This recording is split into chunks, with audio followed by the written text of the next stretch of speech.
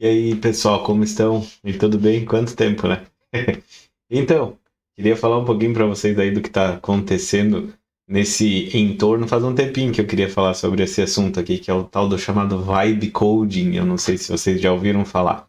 Então, vibe coding, não sei se para todo mundo aí, só para contextualizar, né? Eu trabalho com programação hoje em dia, há mais ou menos 3 ou 4 anos eu trabalho com programação. Antes disso, eu trabalhava como psicólogo, eu sou bacharel em psicologia.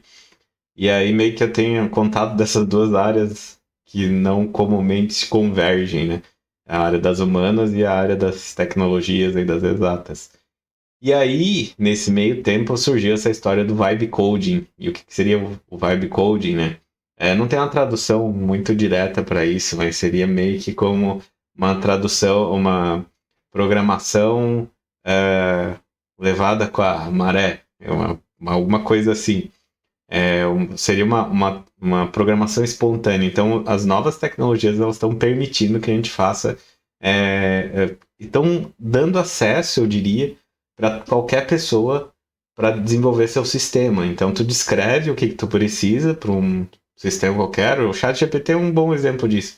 Tu vai falar para ele ali o que tu precisa e ele vai construir o código todo ali e aí vai te devolver um código pronto sem tu precisar programar.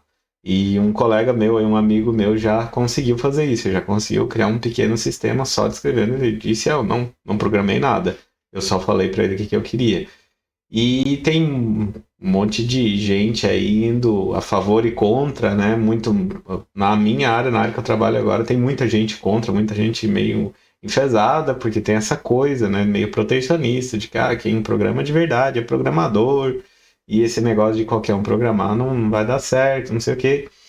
E tem muita gente com medo, né? Muita gente com medo de perder o trabalho. Então é outra coisa que a gente tem comentado, conversado aqui nos vídeos que eu faço, de que o trabalho ele é mais um dos elementos que botam então o trabalho em xeque. E eu acho, agora vem meus 2 cents, né? Cara, se o teu trabalho pode ser substituído por uma máquina, ele será substituído por uma máquina, né? É o que se encaminha, a humanidade se encaminha disso desde sempre. Se a gente for parar para pensar, desde a era feudal até a Revolução Industrial, e agora a gente tem uma nova revolução acontecendo. E foi acontecendo assim. Primeiro a gente ia lá e capinava só com a mão, aí a gente criou as ferramentas lá com as pedras. Aí depois a gente criou alguma coisa para usar a força animal. Depois a gente criou máquinas. As máquinas começaram a fazer e a gente só controlava a máquina. E agora, possivelmente, as máquinas vão fazer sozinho. E com programação está sendo meio assim também. E se a gente parar para pensar, a gente pode fazer um paralelo com algumas outras áreas que acabaram extintas, né? Uma época tinham algumas pessoas muito específicas que dominavam a escrita. E aí essas pessoas tinham a sua profissão de escrita e eles eram responsáveis por escrever. Surgiram, popularizaram-se maneiras de tu escrever, de tu criar documentos, criar textos escritos, e a profissão dessas pessoas se extinguiu porque todo mundo começou a ter acesso a escrever, ter acesso a ler. E então, se a gente fosse parar para pensar, a gente iria contra, né, a educação formal, porque ela vai tirar o emprego das pessoas que escrevem. E então, na minha opinião, não tem como a gente fazer isso. A gente não pode simplesmente vamos parar o bonde aí, porque, né, vamos parar o bonde andando, porque senão eu vou perder meu lugar aqui nesse bonde, né? Então, as coisas vão andando e a gente tem que se adaptar a elas. E aí todo mundo tá com muito medo, porque a gente não sabe onde que esse bonde vai parar, né? Essa é outra questão. Eu mesmo estou numa área que ela tá fadada a sumir logo, muito logo. Não dá para saber ao certo quando, mas tem estimativas que eu já li que daqui a 10 anos não vai mais existir programação. Programação não vai mais ser necessária nos moldes de como ela está hoje. Aí tem um amigo meu que tem um canal, vou deixar o link do vídeo específico dele, e se quiserem sigam o canal dele. Mas ele falou uma coisa muito interessante sobre isso, né? Ele fala que o programador que pode ser substituído, aquele que faz alguma coisa que qualquer outra, que uma máquina pode repetir, replicar, vai perder seu emprego, e vai sobrar uma parte muito especialista de desenvolvimento de software, e esse cara ele vai ser hipervalorizado porque ele vai ser um cara que vai resolver os problemas que o sistema lá, que essa máquina que produz código não consegue resolver. Então ele vai ter que resolver. Ele vai ser muito necessário. E é provavelmente onde que a gente vai se encaminhar. Vai se virar uma área muito, muito específica, muito nichada, como se costuma dizer. E o restante das áreas, infelizmente, vão ter que procurar outro lugar para se colocar. Isso falando em profissão. Mas as máquinas, elas vão substituir muitas profissões. Ela vai vai dar uma varrida em profissão. De modo que, me parece, eu tenho a impressão, que a gente muito provavelmente vai viver num futuro sem profissões. Não vai mais ter profissão. Porque essa estrutura que a gente tem hoje, ela é uma estrutura baseada nessa lógica de que eu vendo a minha força, né? Agora eu vou ser meio marxista. Eu vendo a minha força de trabalho e ganho dinheiro com isso. E aí, com esse dinheiro, eu existo, eu me sustento, eu, enfim, faço aquilo que eu tenho que fazer para existir ou para subsistir. E aí vai ter uma outra porção que já tem isso assegurado, e aí, por uma razão ou outra, não vou entrar nos méritos, mas já tem isso assegurado, e aí essa então não vai ter nada disso, né? Só que essas são pessoas muito específicas, a grande maioria precisa vender aí sua força de trabalho. Só que a gente só consegue vender uma coisa que tem para que tem quem compre. Se não tem mais ninguém, né? Se não é mais necessário que ninguém venda aquilo que sabe fazer, o que vai acontecer? Não vai mais ter ninguém. Né, a gente não vai mais ter como receber dinheiro em troca daquilo que a gente faz. Então, o nosso valor não vai mais ser. Eu penso dessa forma e eu quero acreditar nessa utopia. De que a gente não vai mais ser valorado por por aquilo que a gente sabe fazer ou por aquilo que a gente faz. A gente vai começar a ser valorado por aquilo que a gente sempre, desde sempre, deveria ser valorado. Por ser. A gente existe e o simples fato de existir faz com que a gente tenha direitos a certas coisas. Pronto, né? Isso resolveria todo o problema. Por quê? Pensem comigo. Se tem uma máquina que faz o meu trabalho, certo? E essa máquina gera valor. Ela vai gerar um valor, e esse valor, né? Falar em termos abstratos acho que vai ficar muito difícil. Então, vou transformar em algo mais concreto. Eu sou uma pessoa que eu faço um vaso de planta. E eu vendo esse vaso de planta. Aí eu pego uma parte desse dinheiro do vaso de planta, guardo para comprar mais material para o vaso de planta, e pego outro tanto de valor e uso. E usei. Esse é o lucro ali. Eu usei. Vou usar para mim. Aí vocês concordam comigo que se tiver uma máquina que faz tudo, ela compra a material, faz o vaso de planta, vende, ela continua recebendo o valor que eu estava recebendo? Então, em teoria deveria ser assim, pela lógica deveria ser assim. Eu sei que provavelmente o que vai acontecer é que esse vaso vai ficar bem mais barato do que devia e, né, vai dar ruim.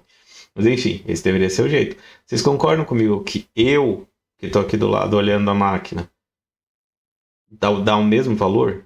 Ou quase, muito próximo ao valor? É claro que tem os custos de manutenção da máquina, mas de repente eu faço manutenção nessa máquina, então. Ou, enfim, tem alguma maneira de eu acrescentar algo nesse processo, mas não tem mais necessidade, mas mesmo assim o valor está surgindo, ele está brotando. Logo, eu não estou sendo peso para ninguém. Esse valor deveria vir para mim. Então, extrapolando isso para a sociedade como um todo, se a gente tiver máquinas que geram valor de toda a cadeia produtiva, de tudo aquilo que a gente precisa, tudo aquilo que a gente precisa está sendo gerado por máquinas, nada mais justo que todo mundo receber tudo que é fruto disso que as máquinas fazem. E aí a gente vai ter dinheiro para todo mundo, teria dinheiro. É claro, a gente continua falando de dinheiro, não sei se faz sentido, vai fazer sentido a gente ter um sistema baseado em dinheiro, mas daí é outra conversa. Mas todo mundo teria direito a ter aquilo que precisa, quando precisa, sem precisar fazer algo por isso. Isso é uma coisa meio estranha de pensar. Gente, eu sei, porque eu cresci nessa estrutura em que a gente é valorado pelo que a gente faz. Então, a gente estranha dizer assim, cara, esse cara não vai fazer exatamente nada e vai ganhar dinheiro. A gente fica meio indignado. A gente diz, como assim? E sendo que eu tenho que fazer um monte de coisa para ganhar meu dinheiro. Só que nesse universo que eu estou descrevendo, ninguém mais faz nada, né? Ninguém mais precisa fazer nada. E aí talvez venha um outro questionamento que pode estar passando na cabeça de vocês aí. Tá, e aí? A galera vai ficar tudo largada? Aí eu lembro daquele filme, o Wall-E, né? Que os caras ficam só numa cadeira, com a tela aqui, assistindo e vai pra lá e pra cá, né? E só isso, a vida deles é essa. Eles não tem mais sentido pra eles. Só que isso é uma maneira meio fatalista de olhar pro ser humano, né? Que a gente... O nosso instinto, o primeiro instinto seria de se largar numa cadeira, né? E não é. Eu não acredito nisso. Nunca acreditei. Eu não acho que uma pessoa ela se joga na cadeira, quando ela se joga na cadeira, porque ela acha legalzão ficar ali jogada. Porque o contexto dela é tão miserável que a única coisa que ela vê valor é se jogar na cadeira. Ou seja, se a gente se permitisse ser, e se a gente permitisse que todos fossem quem são, as pessoas não iam estar querendo se jogar na cadeira, as pessoas iam estar vivendo plenamente, fazendo tudo que elas gostariam de fazer, porque todos nós nascemos, e aí é uma premissa que eu estou partindo, tá? Com algum respaldo de teoria, mas todos nascemos com ímpeto para fazer algo, todos nascemos com objetivos, com sentidos para a nossa vida. A gente que perde esse sentido quando a gente se enfia nessa lógica que não responde ao que a gente quer. E aí o que a gente quer, que entra em contato com a nossa verdade, aí a gente se fecha. Aí a gente começa a ficar nessa existência aqui que muitos de nós estão, sabe? Sem ver gosto, né? A depressão é um dos maiores transtornos, ou se não o maior transtorno que acomete a maior parte de nós.